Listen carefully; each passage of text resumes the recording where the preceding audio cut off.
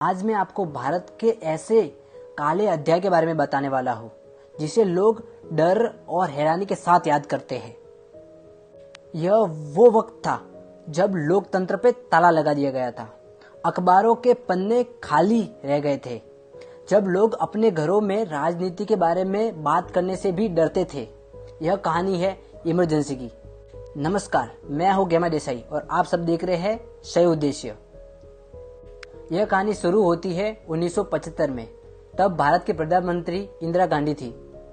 1971 की जंग जीतने और बांग्लादेश को अलग बनने के बाद लोग उन्हें माँ दुर्गा के नाम से संबोधित करते थे।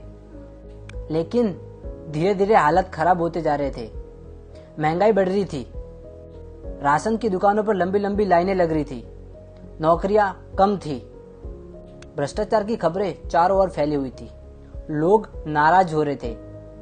गुजरात में छात्रों ने भ्रष्टाचार के खिलाफ आंदोलन शुरू किया और इसे कहा गया नव निर्माण आंदोलन। इस आंदोलन से गुजरात की सरकार गिर गई और यही गुस्सा धीरे धीरे पूरे देश में फैल गया।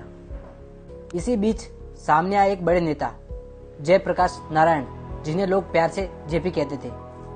जेपी फ्रीडम फाइटर थे। लोग उनका बहुत सम्मान करते थे। जेपी ने कहा, संपूर्ण क्रांति चाहिए, भ्रष्टाचार और गरीबी को हटाना होगा। लाखों में लोग उनके साथ जुड़ते गए और इंदिरा गांधी पर दबाव बढ़ता गया।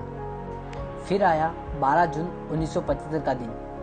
इलाहाबाद हाईकोर्ट ने कह दिया कि इंदिरा गांधी ने 1971 का चुनाव गलत तरीके से जीता और उनका चुनाव रद्द कर दिया गया। उन्हें 6 साल तक संसद में बैठने की रोक लगा दी गई। लोग धरने पे उतर गए। लोग कहने लगे, इंदिरा गांधी इस्तीफा दो, इंदिरा गांधी इस्तीफा दो।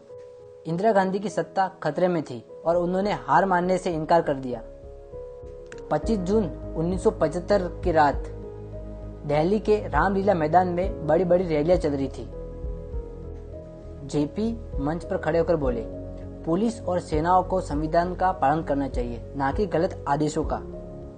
यह बात इंदिरा गांधी की सरकार को बिल्कुल पसंद नहीं आई और रातों रात गुप्त योजना तैयार की गई। आधी रात को अखबारों के दफ्तरों की बत्तियां बुझा दी गई। फोन बंद कर दिए गए। पुलिस की गाड़ियां सड़कों पर दौड़ने लगी और सुबह होते होते भारत बदल चुका था। राष्ट्रपति फखरुद्दीन अली अहमद ने दस्तखत करके ऐलान कर दिया, देश में इमरजेंसी लागू। इंदिरा गांधी ने ऑल इंडिया रेडियो पर कहा कि डरने की कोई बात नहीं, लेकिन लोग डरे हुए थे। इमरजेंसी के दौरान भारत में कुछ हालात ऐसे थे, लोगों के मौलिक अधिकार छीन लिए गए थे। लोग ना बोल सकते थे, ना लिख सकते थे, ना विरोध कर सकते थे। अखबारों पे सेंसरशिप लगा दी गई थी। इंडियन एक्सप्रेस जैसे अखबारों ने अपने पन्ने खाली छोड़ दिए। 1 लाख से ज्यादा लोग जेल में डाल दिए गए, जिनमें जेपी, अटल बिहारी वाजपेयी जी, मोरारजी जी देसाई जैसे बड़े बड़े नेता भी शामिल थे। इंदिरा गांधी के बेटे संजय गांधी ने जबरदस्ती नसबंदी का अभियान चलाया। हजारों गरीब लोगों की जबरदस्ती नसबंदी कर दी गई। दिल्ली जैसे शहरों में झुग्गियां तोड़ दी गई। लाखों लोग बेघर हो गए। लोगों के बीच डर था। लोग घर में भी राजनीति के बारे में बात करने से डरने लगे। फिर जनवरी 1977 में इंदिरा गांधी ने अचानक चुनाव का ऐलान किया। उन्हें लगा कि लोग आज भी उनके साथ हैं, लेकिन लोग नाराज थे। 1977 में चुनाव हुए। जनता ने वोट देकर अपनी आवाज बुलंद कर दी। इंदिरा गांधी और कांग्रेस को बड़ी हार का सामना करना पड़ा। इसमें पहली बार गैर कांग्रेस सरकार बनी। मोरारजी देसाई प्रधानमंत्री बने। इमरजेंसी खत्म हो गई।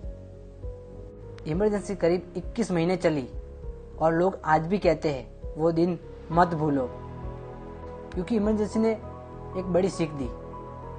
आजादी कितनी नाजुक होती है, लोकतंत्र कितना कीमती होता है और असली ताकत आज भी जनता के हाथ में होती है। तो जब भी हम आजादी, लोकतंत्र और बोलने की आजादी की बात करें, तब हमें इमरजेंसी को याद करना जरूरी है, क्योंकि यह एक राजनीतिक घटना नहीं थी, एक सीख थी कि लोकतंत्र को बचाए रखना हमारी भी जिम्मेदारी है। मैं हूँ गेमा और आप देख रहे थे सही उद्देश्य।